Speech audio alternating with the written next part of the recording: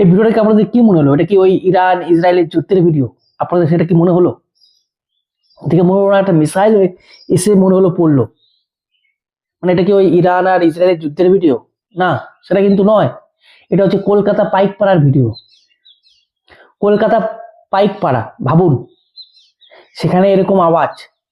আওয়াজটা শুনলেন আপনারা? আওয়াজটা টিনের চালটা উড়ে গেল কার্যত। টিনের চালটা উড়ে গেল, আওয়াজটা শুনুন। মনে হচ্ছে একটা মিসাইল এসে পড়লো। এই ইরান ইসরায়েল যে যুদ্ধ হচ্ছে সেইখানকার ভিডিও মনে হচ্ছে এটা, কিন্তু মোটেও তা নয়। এটা হচ্ছে আমাদের কলকাতার ভিডিও। ভাবুন, বোমের যে আওয়াজ, সেটা খালি ভাবুন যে কতটা, মানে কি বলবো, ভাবুন, খালি ভাবুন। ওই যে মাঝে মাঝে সবাই বলেন যে কলকাতা আছে পুরোপুরি বোমের উপর বসে আছে। কলকাতা বোমের উপর, কলকাতা আছে বোমের উপর বসে।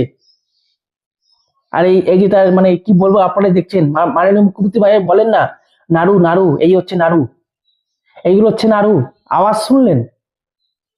বোম হয়, জানি বোম হয়, কিন্তু এরকম খতরনাক, এরকম খতরনাক বোম, মানে মনে হচ্ছে এটা মিসাইল পড়লো এসে, মিসাইল। আর এখান থেকে বোঝা যাচ্ছে যে ভোট আসছে আমাদের পশ্চিমবঙ্গের 2026-এ ভোট আসছে খুব তাড়াতাড়ি। এটা থেকে কিন্তু প্রমাণিত হলো যেভাবে আওয়াজ হলো। এবং কলকাতা পাইকপাড়া একটি ক্লাবের, এটা একটি ক্লাবের ঘটনা। কলকাতার মতন জায়গায়, পাইকপাড়ার মতন জায়গায় একটি ক্লাবের ঘটনা। ভাবুন, সেই ক্লাবের টিনের চাল উড়ে গেছে, সেখানে এই ঘটনা ঘটেছে।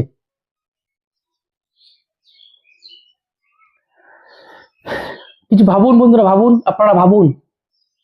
এই এই তো হলো আমাদের পশ্চিমবঙ্গ কোথায় রয়েছে দেখুন। একটি শহর এলাকায় যদি এই ঘটনা হয়, তাহলে আরো বাদ বাকি জায়গায় কি হতে পারে আপনারা কল্পনা করুন, খালি কল্পনা করুন। আর মাননীয় মুখ্যমন্ত্রী চলে গেছেন ধর্নায়, ধর্নায় বসেছেন তিনি, যে এসআইআর কেন নাম বাদ যাবে। আর এদিকে এদিকে এইসব হচ্ছে, এদিকে এইসব হচ্ছে। পুলিশ মন্ত্রী যদি ধর্নায় যায় তো এইসবই ঘটবে, আর এইসবই ঘটছে। আবার আমি তো জানি না যে কারা করেছে এটা। আমার তো মনে হচ্ছে যে তিনি গেছেন ধর্নায়, যেহেতু কেন নাম বাদ যাচ্ছে, নাম রেখেই বা কি লাভ? আপনি যা করে রেখেছেন দেখতেই পাচ্ছেন কার্যত। এগুলো কাদের দেখার দায়িত্ব? কার দেখার দায়িত্ব বলুন তো? হ্যাঁ, বোম হয়, কিরকম বোম হয়? মানুষকে ভয় দেখানো বোম হয় জানতাম, কিন্তু এই যা বোমের যা মানে ড্যামেজ, যা আওয়াজ, কার্যত দেখে মনে হচ্ছে মিসাইল পড়লো এসে, কলকাতার বুকে এসে মিসাইলটা পড়লো। এমন একটা জিনিস হলো এখানটা। আর মাননীয় মুখ্যমন্ত্রী চলে গেছেন, যিনি পুলিশ মন্ত্রী তিনি আবার চলে গেছেন ধর্নায় বসতে, যে এসআইআর কেন নাম বাদ যাচ্ছে বাবু, যদি কিছু করা হয়। আরে ধর্নায় গেছেন, ধর্নায় কি কোনো কাজ হবে? এসআইআর কি নাম উঠবে? যান না সুপ্রিম কোর্টে, সুপ্রিম কোর্টে গেলেই যে তো হতে পারে না। একমাত্র যদি সুপ্রিম কোর্টে যান তবেই যদি নাম ওঠে, তাহলে তো নাম উঠবে না। আর নাম উঠিয়ে লাভ কি? যা হচ্ছে কার্যত দেখাই যাচ্ছে যে নির্বাচন কমিশনার বা কমিশন যদি সচেতন না হয়, তাহলে পশ্চিমবঙ্গে বুঝতে পারছেন ভোটের আগে কি কি হবে পরিণতি মানুষের। তার একটা আওয়াজ বা ভবিষ্যৎবাণী এখান থেকে পাওয়া গেল কলকাতা পাইকপাড়া থেকে, যে কি হতে যাচ্ছে ভোট এবার। এবার ভোট কি হতে যাচ্ছে সেটা এই কলকাতা পাইকপাড়া ভাই প্রমাণিত করে দিল, যে এই এই এই কিন্তু ঘটনা ঘটবে। এবং বোমের যে আওয়াজ, বোমের যে ধ্বংসাত্ম আপনারা দেখতে পেলেন কার্যত। আমি এখনো বলছি, মনে হচ্ছে মিসাইল পড়লো, মনে হচ্ছে এটা ইরান বা ইসরায়েলের যুদ্ধের ভিডিও। এই ভিডিওটা সোশ্যাল মিডিয়ায় আপনারা দেখুন, আপনারা দেখতেই পেলেন কার্যত, মনে হচ্ছে ইসরায়েল বা ইরানের যুদ্ধের ভিডিও। মিসাইল ছুটছে, মিসাইলের আওয়াজ, মানে কোথায় চলে গেছে। আর পুলিশ মন্ত্রী গিয়ে ধর্নায় বসছেন। অ্যাকচুয়ালি বুঝতেই পারছেন কারা করিয়েছে এই ঘটনা। আপনারা আমার থেকে ভালো জানেন কারা করিয়েছে। তারপরে কমেন্টে জানান যে একদিকে পুলিশ মন্ত্রী ধর্নায় বসেছেন, কেন নাম বাদ যাচ্ছে, যারা অবৈধ তাদেরকেও ঢুকান। আর একদিকে টিলার দিচ্ছে, এটা কার্যত টিলার হলো। এই যে আওয়াজটা শুনতে পেলেন, যে ভিডিওটা দেখতে পেলেন, যে ক্লাব ঘরের টিনের ছালটা উড়ে চলে গেল, সেটা হচ্ছে টিলার। ভোটের আগে এটা টিলার হলো। এখনো তো ফিল্ম বাকি রয়েছে কার্যত। নির্বাচন কমিশন যদি কঠোর না হন, কঠোরভাবে ভোট করাতে হবে।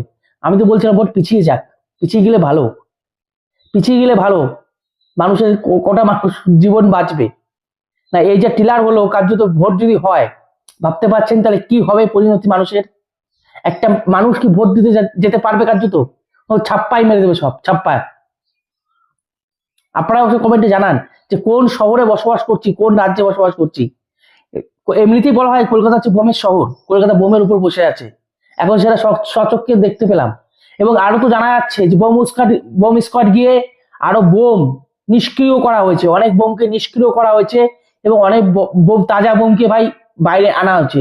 ভাবতে পারছি তাহলে কত বোম ওই ক্লাবে মজুদ ছিল, কত বোম ওই ক্লাবে মজুদ ছিল, খালি ভাবুন, কল্পনা করুন। এবং কিসের জন্য মজুদ করা হয়েছিল? বলা হচ্ছে যে প্রমোটারের জন্য, প্রমোটের কি একটা ঝামেলা হয়েছে সেই জন্য। আমার মনে হয় না যে প্রমোটের ঝামেলার জন্য এত বোম, এত বোম। আপনারা অবশ্যই কমেন্টে জানান যে প্রমোটের জন্য এত বোম, নাকি এটা ভোটের জন্য? এটা ভোটের জন্য কি? আপনারা অবশ্যই কমেন্টে জানান যে কি হচ্ছে এবং কারা করলো এই ঘটনা এবং এর জন্য দায়ী কে। আমি যদি দেখি এর জন্য দায়ী হচ্ছে পুলিশ মন্ত্রী। পুলিশ মন্ত্রী নিজেই দায়ী, তিনি চলে গেছেন ধর্নায়, আর এই দিয়ে এই সমস্ত কর্মকাণ্ড হচ্ছে। মানে কোনো একদিকে কিছু হবে, যদি ধর্নায় করে যদি কিছু লোকের নাম যদি ঢুকানো যায়, আর সেদিকে যদি না হয় মানুষকে দেখানো যাবে যে আমি আপনাদের জন্য লড়াই করছি, আরেকদিকে যে বোমের ভয় দেখাচ্ছেন এখন থেকে, টেলার দিচ্ছে। ভাবুন, খালি কল্পনা করুন আপনারা যে কোথায় বসে রয়েছে। এবং এটা তো হলো শুধু কলকাতার শহরে, কলকাতা পাইকপাড়াটি শহর সেইখানে হয়েছে, আর গ্রাম অঞ্চলের দিকে তো বাদ দিচ্ছি, আনাচে কানাচে আর কোথায় কি হতে পারে আপনারা কল্পনা করুন, কল্পনা করুন খালি।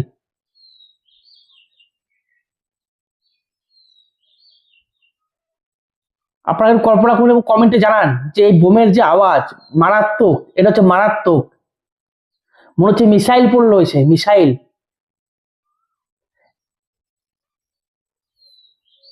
তো ভোট যদি হয় তাহলে বুঝতেই পারছেন কি হবে কার্যত। তো ভালো থাকুন, সুস্থ থাকুন, রাম রাম, ভারত মাতা কি জয়, বন্দে মাতরম, জয় শ্রীরাম।